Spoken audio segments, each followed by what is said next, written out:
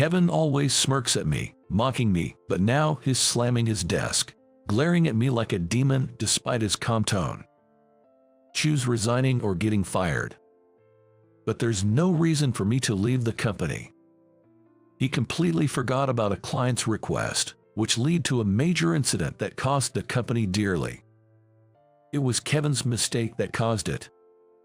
Yet Kevin, shifting all the blame to Sophia, stares at her as if he's done nothing wrong. Few doubt Kevin's words given his track record, but I know how hard Sophia has worked all this time. The thought of Sophia being forced to leave because of Kevin's words was unbearable to me. Being a nobody, it wouldn't make a difference whether I stayed or left. It's clear that Sophia, who's dedicated to her work, should stay over someone like me. Knowing Sophia shouldn't have to bear the blame for a mistake she didn't make, I chose to resign in her place. At that moment, I thought I had lost everything. But it turned out Kevin was the one who truly lost everything. Kevin had it coming. My name is Jake. I work at a decently renowned advertising agency in the county, not big but known locally. We don't have the power of the big names but take pride in our local engagement, managing events around the area. As a sales department grunt, I'm what you'd call a sidelined employee. I ended up in this position due to a massive mistake during a major event the company sponsored. The initial project proposal from the client was flawed, which wasn't really my fault. I noticed the mistake but was rebuffed by the project manager, who didn't appreciate my input, and even my attempts to discuss it were ignored. It was also found that the manager had made a wrong order. In the end, I was the one who was framed and had to take all the blame. I lost my position as project manager and was demoted to a corner of the sales department, living as an inconspicuous employee. My demotion coincided with a change in company leadership. With the new CEO came a significant shift in company direction. They plan to expand the business further, including taking on projects outside the county. The company is focusing on recruiting talented individuals from outside. It seemed irrelevant to someone sidelined like me, but it wasn't. Kevin, the new head of the sales department, was one of those external hires. He is younger than me but with a proven track record. From day one, Kevin captured the staff's hearts with his passion, but something about his words felt off to me. I'm Kevin, ready to work with you all. You're here to secure deals, but I'm here to take responsibility. I'm looking forward to our hard work. While Kevin was generally supportive, he was inexplicably cold to me, occasionally giving me harsh looks. The only one who stood up for me was my boss, Sophia. Sophia, popular across departments for her beauty, was a powerful force in sales and leading with her actions. To me, Sophia was unattainably noble. While I was busy with paperwork, I heard a familiar voice from the hallway. Peeking out, I saw Sophia and Kevin, but something was unofficial. Kevin seemed to be hitting on Sophia. But no matter how you look at it, Sophia clearly seems to dislike Kevin's advances. Kevin, fairly handsome, was popular among female staff. He might be used to attention, but his approach was too overbearing. Given it was her superior, Sophia couldn't retaliate with her usual vigor. Seeing Sophia in distress, Kevin attempted to force himself on her. Unable to watch, I intervened, and as expected, Kevin glared at me. "Excuse me, Sophia, where should these documents go again?" "What's it to you? Get lost." Kevin snapped, his anger echoing down the hall. Knowing Kevin didn't think highly of me, I ignored him and spoke directly to Sophia. "By the way, Sophia, there are some documents on my desk that need your attention tomorrow. Could you take a look?" Troubled by Kevin's advances, Sophia quickly left the scene upon hearing my words, as if escaping. To Sophia's back, Kevin uttered something outrageous. "If you won't be mine, not only will you not advance in this company, but you won't be able to stay here at all." Kevin, frustrated at being interrupted, glared at me again. Being nothing more than a sidelined bottom-ring employee, I had nothing to lose by drawing Kevin's ire any further. As I walked away, remembering something, Kevin kicked the wall and hurled insults at me. I hurried away, ignoring Kevin's words. Back at my desk, sorting through my documents, I suddenly found myself bombarded with menial tasks from other employees. When I was the head of the planning department, it was the opposite. I was the one delegating tasks. For a sidelined employee like me, this is just part of the job. Kevin, still irate, returned to his desk, causing the other employees to avert their eyes, sensing the mood. Kevin appeared to be staring at his computer sulkily, but it was clear he wasn't doing any real work. Usually, Kevin would spend his time at the desk fiddling with his phone or merely skimming documents, even as others worked hard. Lately, correcting the mistakes in documents and materials checked by Kevin has also become part of my job. Suddenly, I was called into a meeting room. Worried that I had made a mistake, I was surprised to find Sophia had summoned me. Then, Sophia told me she wanted me to handle the new project. Grateful, yet doubtful of my capability as a sidelined employee, I asked if she was sure.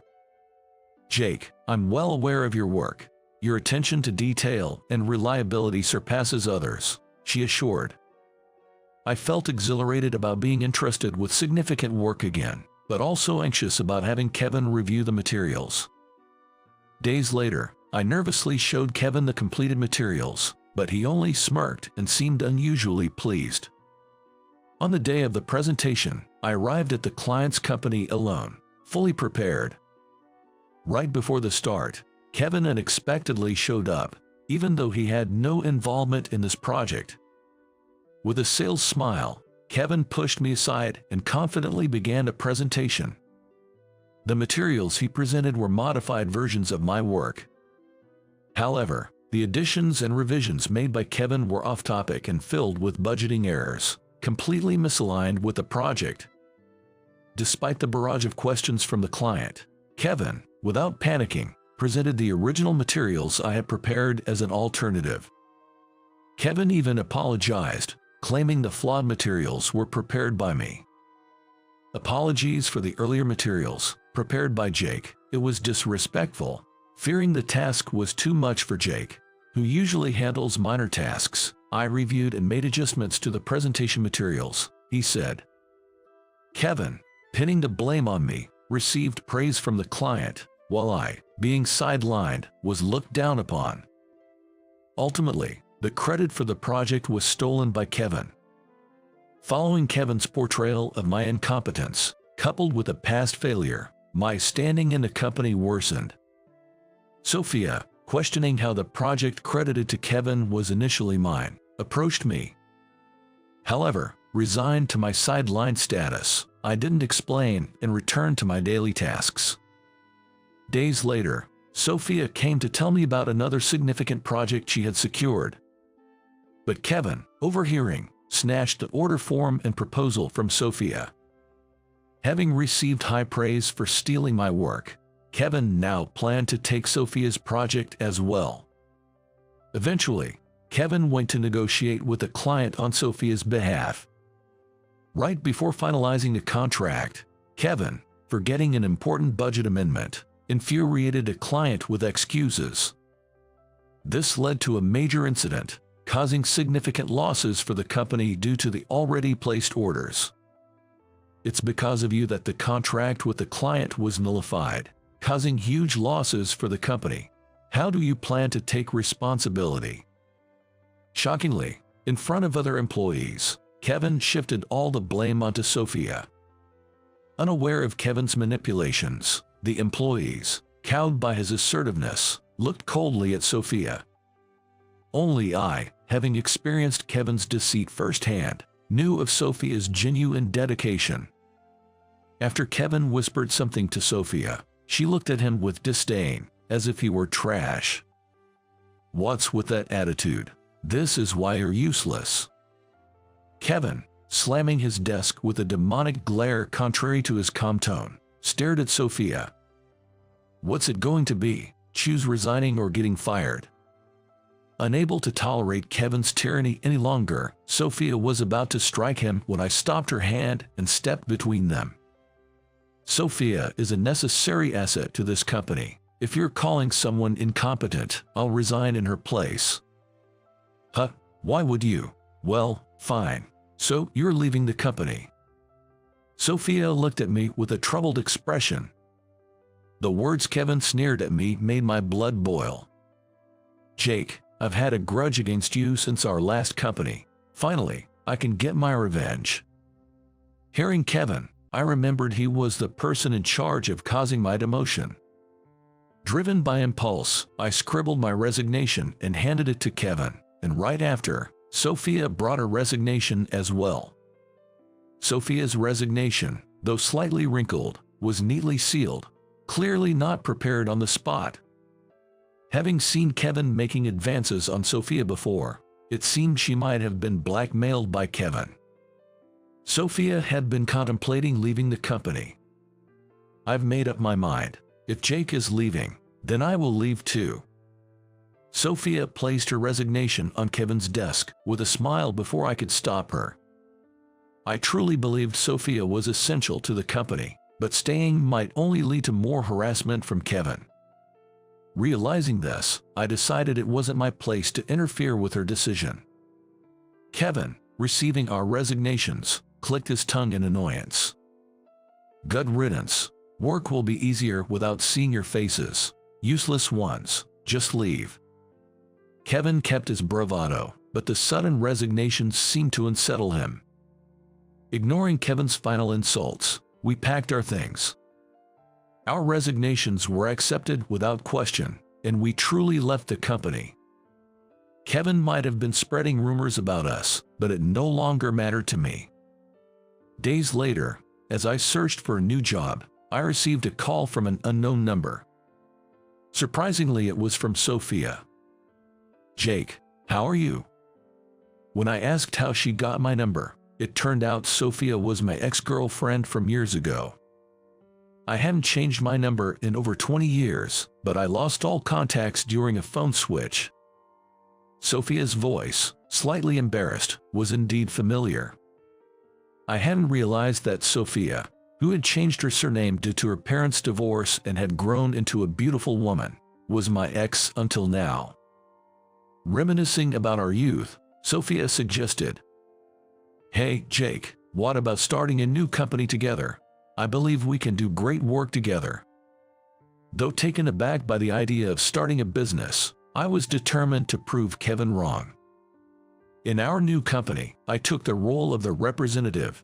Sophia handled sales, and I managed planning and presentations. Thanks to Sophia's efforts in sales, our startup became busier than expected. Busy as during my manager days, I found joy and fulfillment in our work. Our experience with menial tasks proved valuable, making detailed work bearable. Our company, though small, began to tackle local jobs successfully. One day, we received a significant project, a large event competition from a company Sophia had connections with. We prepared meticulously for the day, meeting with the client multiple times. At the competition venue, alongside our company, were several others, each represented by their top employees. Amidst the large corporations, I locked eyes with none other than Kevin. Working in the same industry, one tends to hear rumors, and it seems Kevin's actions had recently tarnished his company's reputation. This event was likely his chance for redemption. Kevin, spotting us, smirked in his usual condescending manner. Once all participating companies were gathered, the presentations began. Every company delivered impressive presentations, filling me with ideas like never before. As Kevin's turn approached, his presentation began. As expected, not only the clients but also employees from other companies seemed puzzled by Kevin's explanation. Initially confident, Kevin noticed the odd atmosphere post-presentation and hastily started additional explanations to the clients. Our proposal is packed with your desires." Clients responded to Kevin's explanation with forced smiles and sighs, avoiding eye contact. I was dumbfounded by Kevin's pitiful display. A dejected Kevin glared at us as he returned to his seat. Our presentation was last, concluding the competition smoothly. When our company was announced as the winner, Kevin slammed the desk and protested loudly. "How can a plan by a useless sidelined employee like him win over mine? This is absurd." Despite Kevin's insults, his proposal was clearly flawed, obvious to anyone. After receiving cold stares from the clients, Kevin kicked the desk and stormed out of the meeting room. As we were about to leave after finalizing the contract with the client, Kevin was waiting at the exit, glaring at us. And then, with his face red with irritation, Kevin started berating us fiercely. "You've made a fool of me. How will you take responsibility? A no-name company like yours should be crushed by mine." But Kevin didn't tone that company. I sighed at Kevin's one-sided rant and explained the competition's real purpose. "Kevin, this project was pretty much decided for our company from the start, but due to its scale, a competition was necessary for appearances. That's impossible. There's no way your small company could beat mine in scale. Didn't you realize other companies knew this and brought proposals for future consideration?" After hearing my explanation, Kevin still seemed not to understand, glaring at me with a puzzled expression. It appears that Kevin, not grasping the situation, had been under the impression that this would be his moment of glory. His belief in winning with such a proposal was delusional. Kevin, unable to contain his anger, continued hurling insults at us. "Your success is thanks to me. You're deluded if you think you can handle big projects." As we wondered how to respond, a woman appeared. The woman approaching Kevin with a smile. It caused him to turn pale and flee the scene. She briefly greeted us before following Kevin. We never saw Kevin again. I heard rumors that Kevin had quit his previous job to escape a stalker. It seems Kevin was being stalked by that woman. The woman, acting like Kevin's shadow, would follow him with every job change or move, becoming quite the nuisance. However, Kevin himself was to blame for the situation. She had been wooed by Kevin at a former workplace, leading to a romantic relationship. Their breakup turned complicated, resulting in her becoming Kevin's stalker. Kevin, always boasting about his achievements, actually took credit for others' work, proving to be an incompetent employee. His dismissal was due to continuous poor performance despite being a manager, but with most of his career issues stemming from problematic relationships with women. Reports from co-workers suspicious of Kevin's lack of work led to the uncovering of his true nature. In the end, Kevin's downfall could be described as self-inflicted. Our company continued to grow, increasing both workload and performance. As the company expanded, my relationship with Sophia also deepened. Sophia, once hesitant about marriage due to a previous divorce, agreed to marry me after our shared experiences starting the company. With the increase in work, we needed to hire more staff. Then leading to the surprising application from Kevin's stalker. Michelle, Kevin's stalker, had an impressive resume with achievements that exceeded expectations. Despite the condition of hiring Kevin too, Michelle's capabilities made us reluctantly agree. Kevin, tarnished by bad industry rumors, was struggling to find employment. Moved by Michelle's persistent support, he conceded and they got married. Michelle's work performance was surprisingly excellent, making it a mystery why she was so infatuated with Kevin.